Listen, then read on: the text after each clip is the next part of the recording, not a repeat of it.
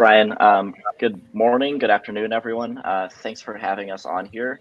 I'm joined with two panelists, Peggy Schaffer and Ryan Collins, who I will invite to introduce themselves in just a moment. I believe we're waiting on one more person, but I think we can go ahead and get started.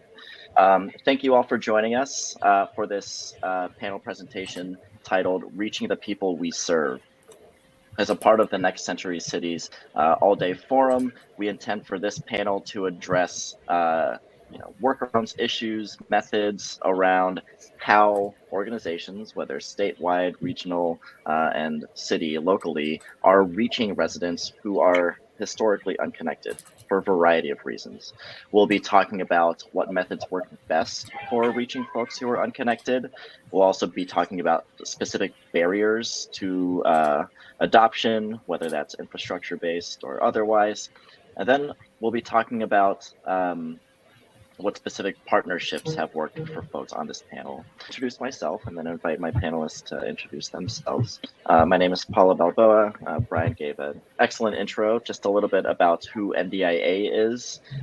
For some context, we are a unified voice for home and public broadband access, also for appropriate personal devices and local technology training and support programs.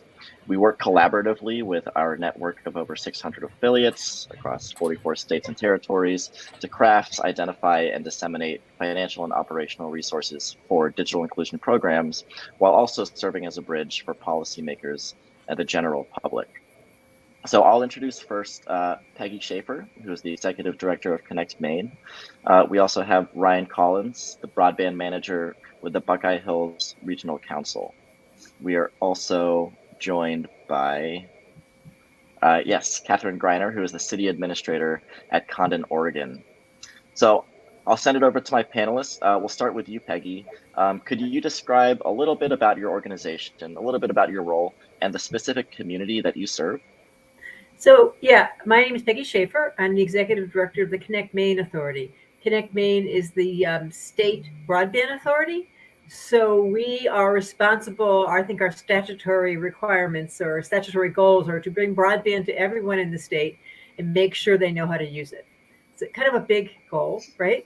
We have about 80,000 people in the state of Maine who have don't have a quality connection. So their connection is probably under 25.3. It's very difficult to participate in life these days, right? And so our goal is to try to figure out strategies to bring broadband to all those unconnected people, as well as trying to make sure that people across Maine have the ability to access and know how to use the internet and all the riches that it can bring. So we've been around since about 2007. We've done about 15 rounds of grants. We are right smack in the middle of an infrastructure grant right now. On our other program that we do a community planning grant, and we have about 300 communities across the state that have been part of our community planning process. That's super, Peggy. So, thanks for sharing, and we'll dig into some of those strategies and methods here in a little bit. So Peggy is representing the sort of the statewide perspective on reaching communities that are unconnected. Next, I want to invite Ryan Collins to introduce himself, who is representing sort of the regional view of connecting with folks. So Ryan, could you tell us a little bit about your organization, your role, and the communities that you serve? Sure can, Paolo. Thanks. My name is Ryan Collins, Broadband Coordinator from Buckeye Hills Regional Council. We're a regional council of governments in southeastern Ohio, right in the heart of Appalachia. We cover 8 counties in southeastern Ohio, and we do a myriad of things when it comes to broadband, whether it be outreach, advocacy. We do a little bit of data collection. We spearheaded the efforts to create maps for the Appalachian counties in the state of Ohio and through speed testing. And those speed test maps then influenced our state to adopt the same methodology, and they developed their own maps for their broadband expansion program. And now we're getting a bunch of people connected in southeastern Ohio through the Ohio Broadband Expansion Grant. And now we're taking a step into digital inclusion and digital literacy. We are a part of NDIA. We are one of those affiliate organizations, and I'm happy to be here. Thanks, Ryan. We're happy for you to join us. And finally, Kathryn, representing the city, the local perspective. A little bit about your organization and the role you play there, Kathryn. Good morning. Good morning here in Condon, Oregon. I have been the city administrator of the city of Condon, which is approximately 700 people in residence since 2004. We started working on some broadband projects in 2015 because at that point we realized that we did not have a fiber line that was accessible to our residents in Condon at that point. Since then, we have formed a fiber council, which we're working with Gillum County. And so to get how rural we are out here, we have a county of about 1,900. The city, of course, is 700. And I actually live in South Gillum County in a small area called Mayville. So what we're trying to figure out through all of this is to how to get broadband to our residents. And in the process over the last 6.5 years, we have gotten a fiber line into Condon. We also had another long haul provider go through Condon at the same time. So as we continue to work on trying to get it to our residents, that is the task that we've undertaken as a small town. I don't know if anyone has any other questions, but that's where we're at now. Thanks, Kathryn, and thanks for highlighting those topics because I'm really excited to dig in to those. So some of those topics that you mentioned in your introduction throughout the course of our panel today, specifically about barriers to adoption, which we're going to get into here in just a bit. But first, I want to cue you all up, and before we talk about the barriers to adoption, barriers to outreach, I want to give you all a chance to describe how your organizations, how your departments, how do you reach residents with information and services, especially in a time, as COVID has highlighted over the past 2 years, when everyone needs to have some sort of connection. So let's start with talking about the victories. What works? What have you been doing in the past 2 years? And how are you connecting with folks where they are? Peggy, could we start with you? Sure. So, as I mentioned, one of the big things that we do in Maine, and we've been doing it since about 2015, is what we call community planning grants. These, we strongly believe that for a community to get connected, it really has to start in that community. It really has to start with conversations in that community about what that community needs, what it looks like, what the service is like, understanding what the population is like. So who's going to have problems? Where are they going to have problems with access, not only because of lack of service, but because of affordability, and how to integrate the whole piece, not only the wire that runs by your house, but the ability to afford that wire, the ability to have a device that works, and the ability to understand how to use the internet. And so a big piece of our community planning process is not just figuring out how to get connected. It's these conversations that communities have that usually almost always end up with the commitment to universal service. And that commitment to universal service then follows with a strategy around affordability, around digital inclusion, and around digital literacy. So I said we have about 300 communities that have engaged in that. In some respects, Maine, we did planning because we didn't have any money, right? So we didn't have any money for infrastructure, so we did planning instead. And now that the money is coming, now that there's federal money coming and we've had a little state money, we have the foundation in place to really build these projects up. And so, the process that we use has been very successful, and it's getting more and more success as we get more money.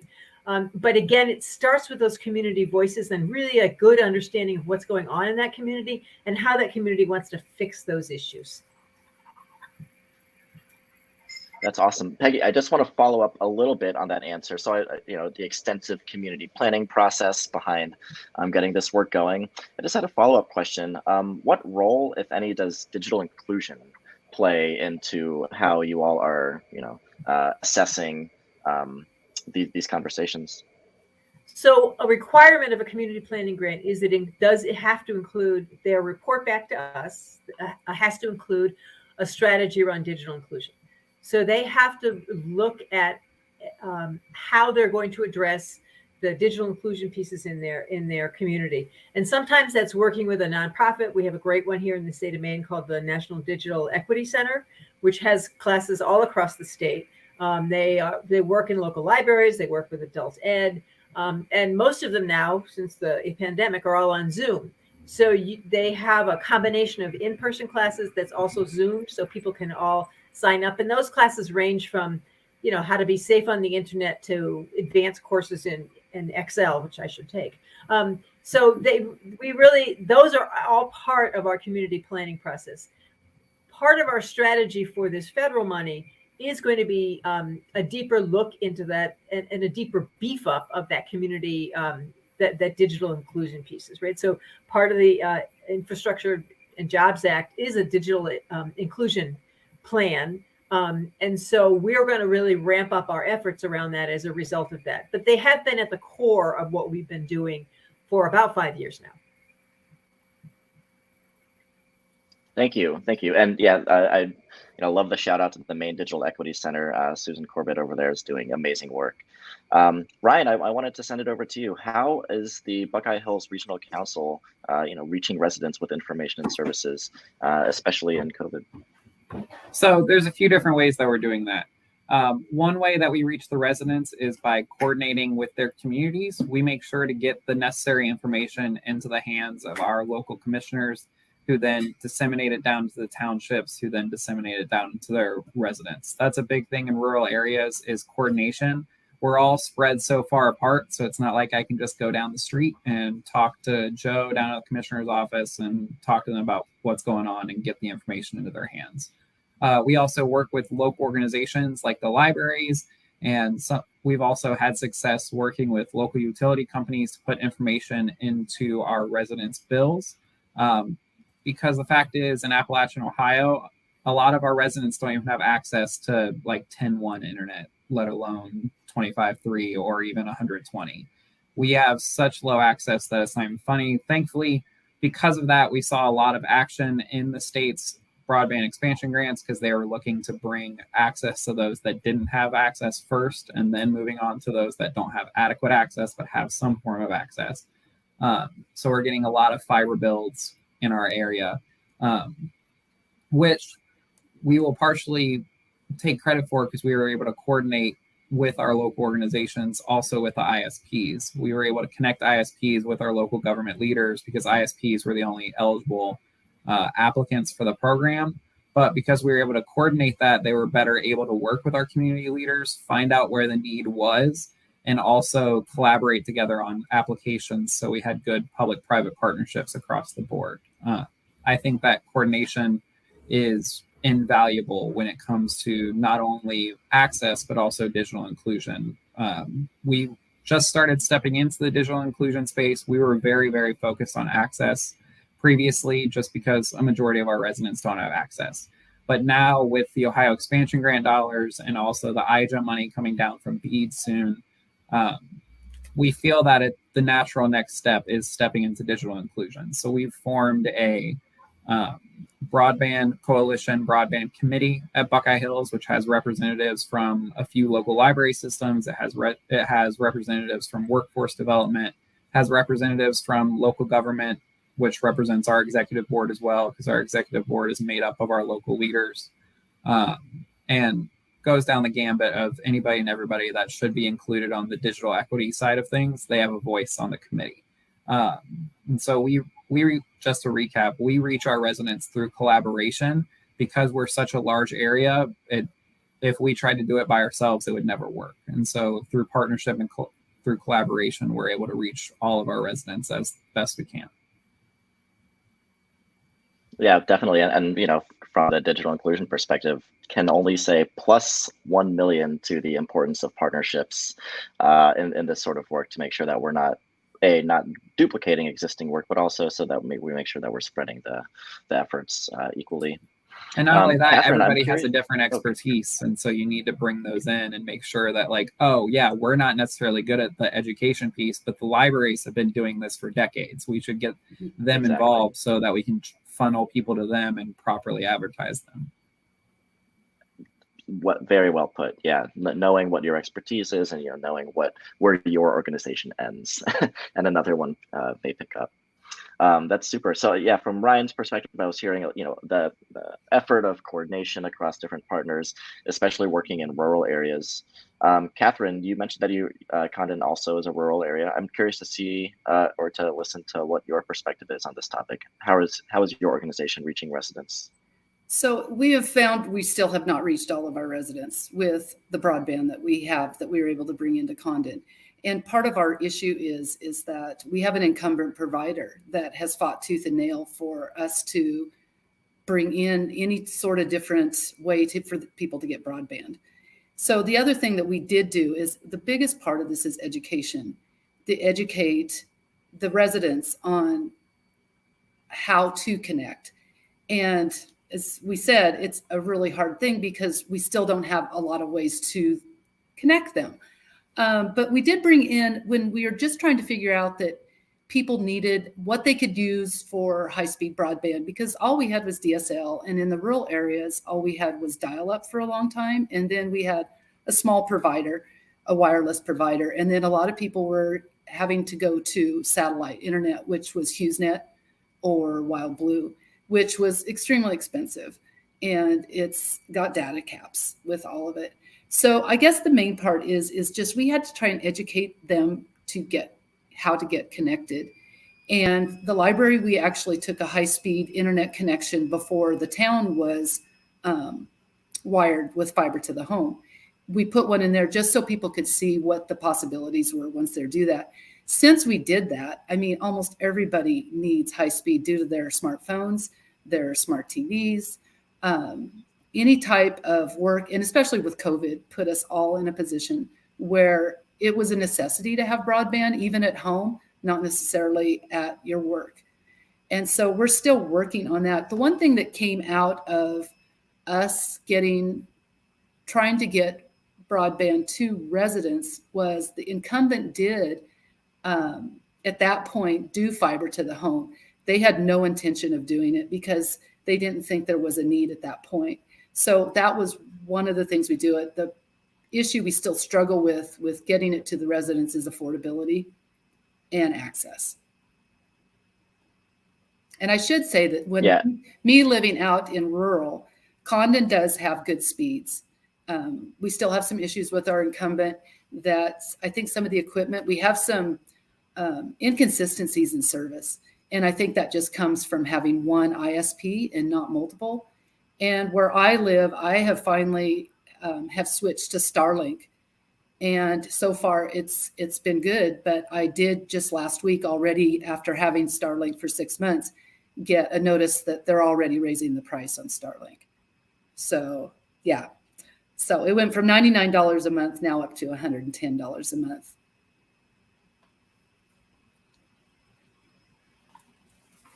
If I gasped, I'm on mute, but I gasped audibly on my end.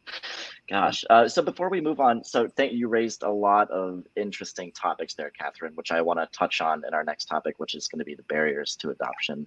But before we move on to that topic, I want to ask, there's a shout out for anchor institutions like public libraries in the chat. I was just wondering, Kathryn, from your perspective, what role does the public library play regarding connectivity? For instance, like, do they have fiber for their building? They do have fiber, and we got the fiber line to them. But since then, it's a long story, and I won't go into it, but they now have another fiber connection through the city of Condon.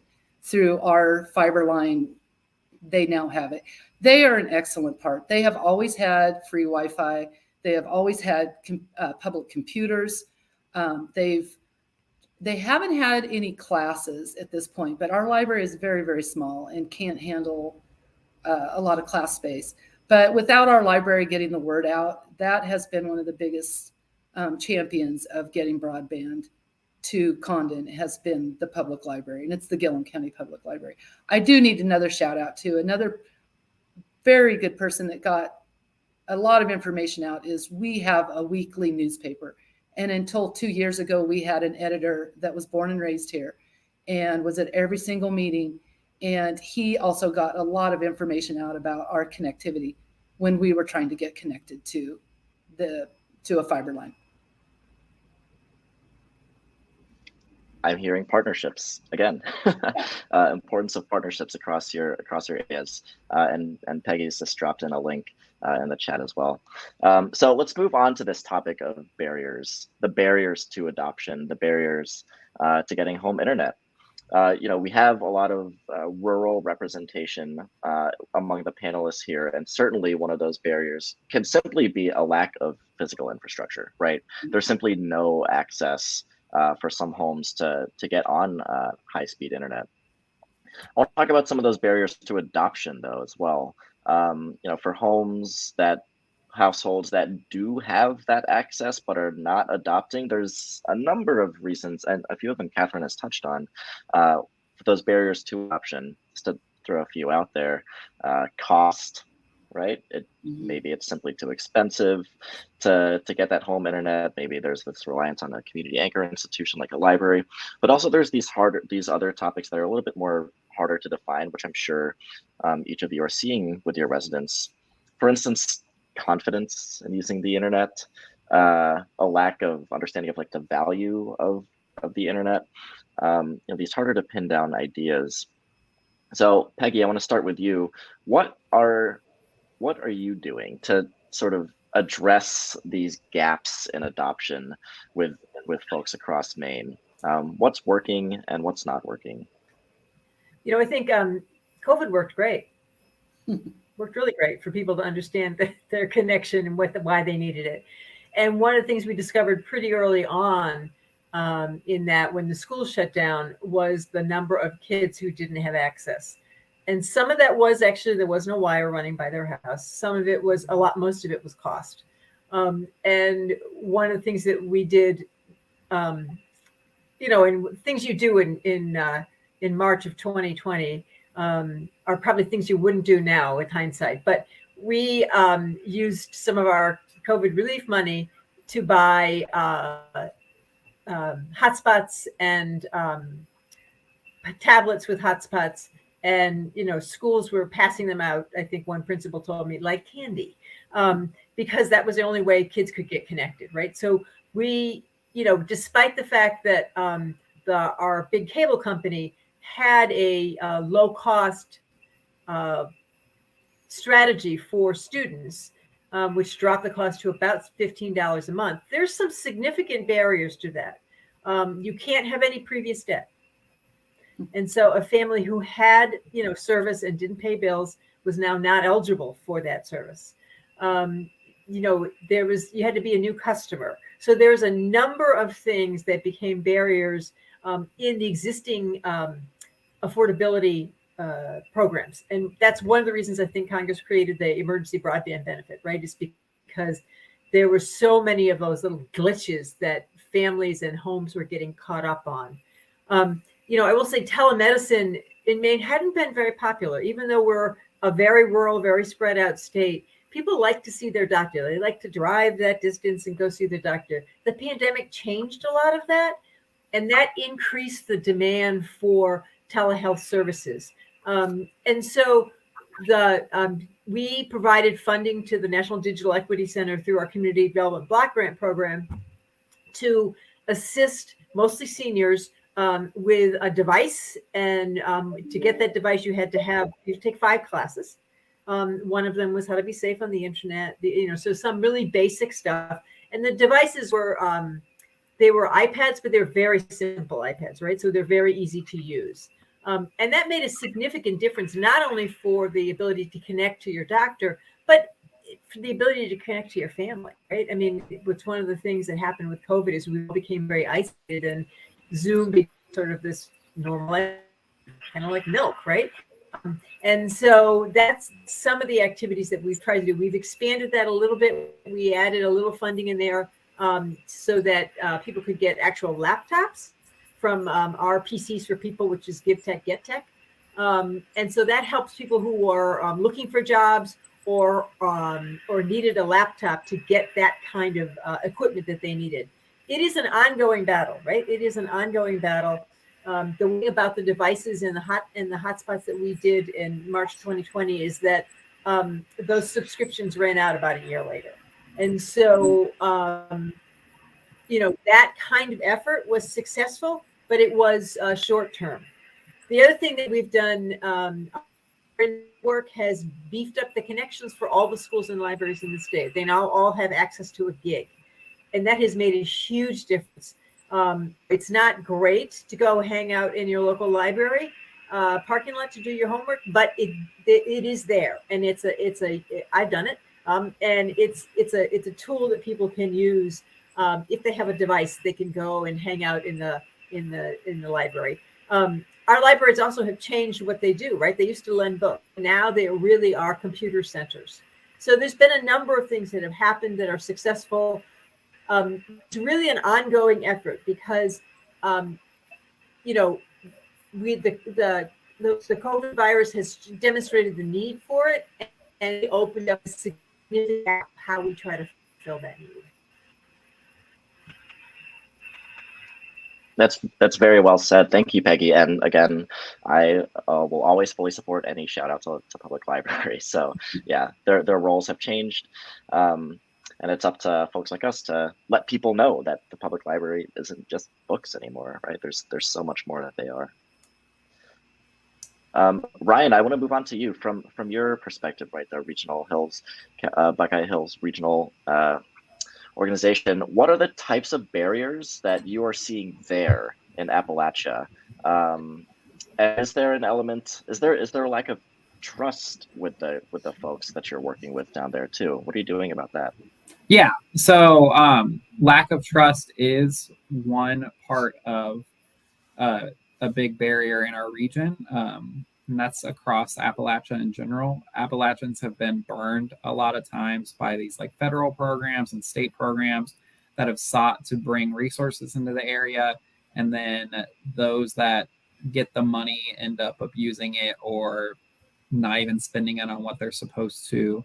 Or it was a program that was designed for a certain part of the country, and our residents and our local organizations weren't really consulted on if it would work in Appalachia or not. They just saw that, like, oh, it was a pilot program that worked in another region, that worked in a different rural area, which is great, and I'm glad that it worked in that area, but it might not work in our region just for a myriad of reasons. Our culture is different, our people are different, and our history is different. So we've dealt with a lot of other things that other areas haven't, and other areas have dealt with things we've never had to deal with. And so lack of trust due to those things. And so that's just, we're trying to handle that through community outreach and education and really speaking with our people, because we're also from Appalachia. I grew up in southeastern Ohio and in Appalachia, and Appalachia runs through my veins, and making sure that they hear from people that live across the street from them and live down the road from them, that it's okay and that it's okay to trust this. And we have helped design these programs so that it'll work for you. To go to the libraries have been great. But unfortunately, due to lack of infrastructure, we have some counties that only have one library. And so people that live on the far edges of the counties away from those libraries don't have a library near them. So they didn't have a place where they could go and access it in the parking lot. And heck, they probably don't even have a McDonald's that they can drive down to access Wi-Fi in that parking lot. And so we came out with a map of local Wi-Fi spots throughout the region that people could go and access and try to find those, whether it be a restaurant that has it or an anchor institution like a library. We worked with schools to get them to pump Wi-Fi out into the parking lots. And so students were able to come and sit in the parking lot. But even then, there were some schools that didn't have the resources to do that. We have in Crooksville, Ohio, they don't have any access. Barely, even if you drive through there, your cell phone will lose signal very quickly. And so they were having to have students come back and do the most old school of remote learning. They got a packet assignment at the beginning of the week. They come back the next Monday, drop off that packet, and pick up a new physical packet. They did not have access to their teachers during the week. They could not ask questions just because they didn't have connection.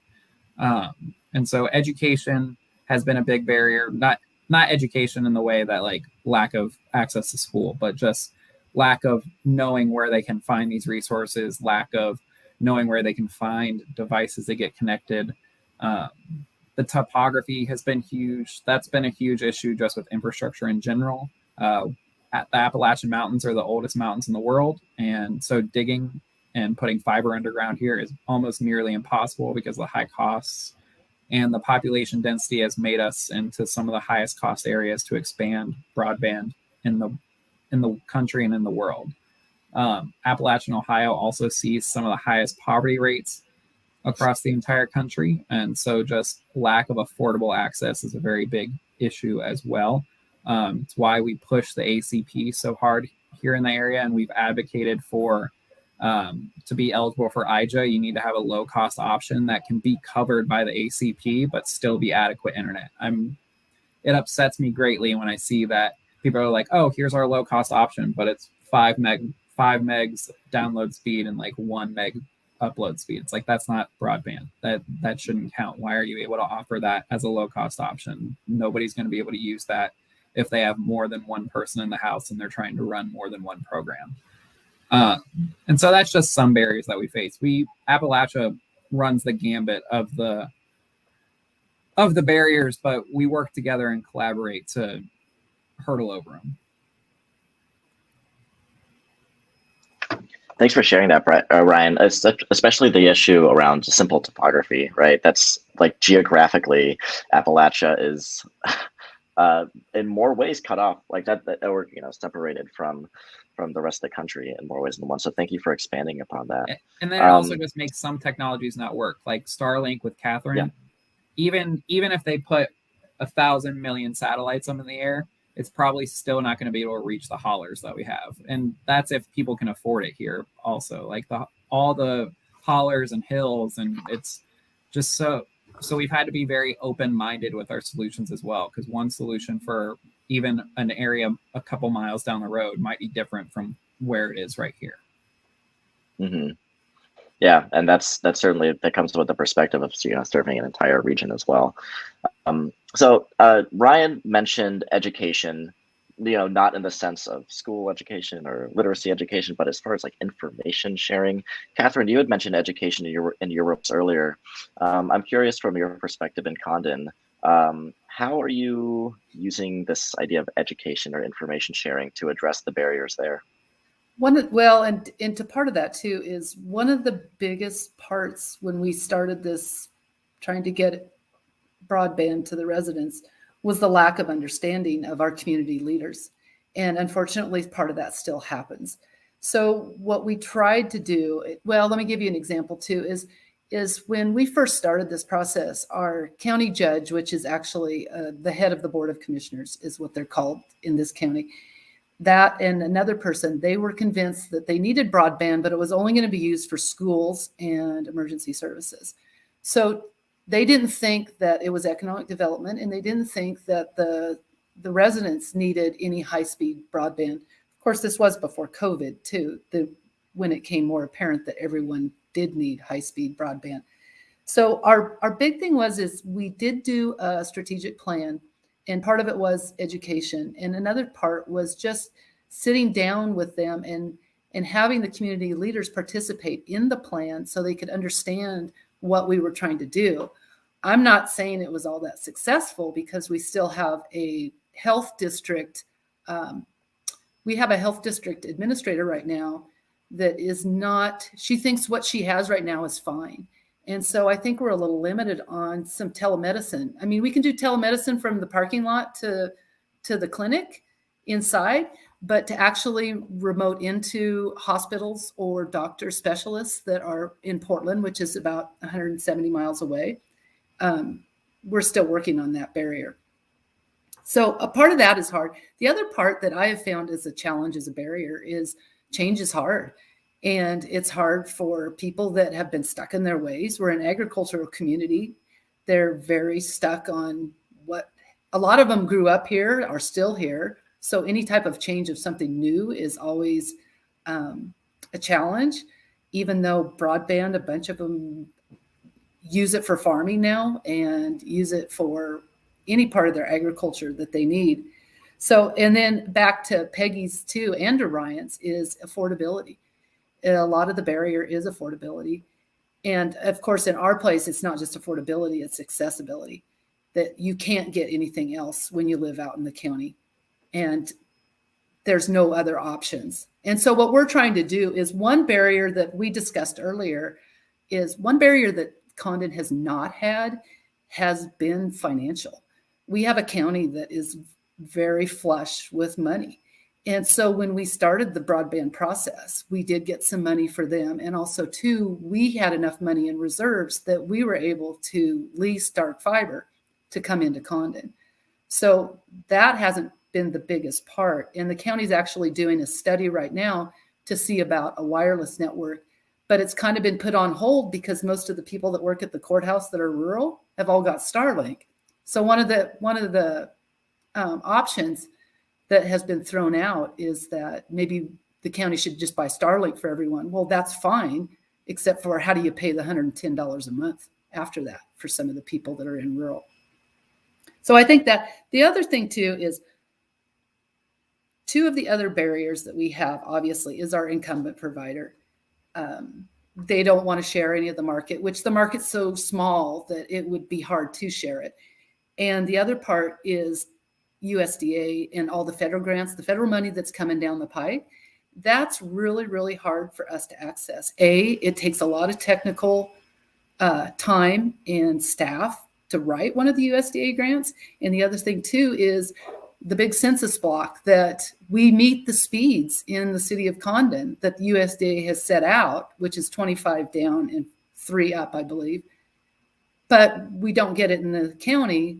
And then we're so remote that what are you going to get? You're going to get maybe 20 farmhouses in one part of the county. So those are some of our barriers that it's still a challenge. Thank you, Kathryn. And yeah, I like that you mentioned that your county is flush with cash, right? The money is there, and I'll just transition that into talking about federal money coming down the pipeline, right? There's the Digital Equity Act. There's more programs from the Infrastructure Act. So the states are soon to be flooded with money for grants regarding digital equity and digital inclusion programs. So the interest will be there, and by me getting on my advocacy stool for a second, it's going to be up to people like us to educate policymakers and leaders to say why this matters, why what we can do with this sort of money. So I am just I think this panel could talk all day about this topic, but I see that we're up to time. I just want to thank each of my panelists, Peggy, Kathryn, Ryan. Thank you for joining me. Thank you for sharing a little bit of your expertise with us today. Kathryn, hello, Kathryn. Kathryn put a question in the chat about ensuring hotspots reporting speed tests periodically. Ryan has done work with speed test mapping in a program called Connecting Appalachia. Kathryn, I will recommend that you reach out to Ryan, who put his contact info a little bit higher in the chat. Hoping to get that conversation going. But for now, we'll sign off, the 4 of us here. Thank you all for joining our session about reaching people where they are. And for now, I'll just send it back to folks at Next Century Cities. That'd be Brian. Yeah. Yep. Thank you so much for that awesome panel. We very, very much appreciate it.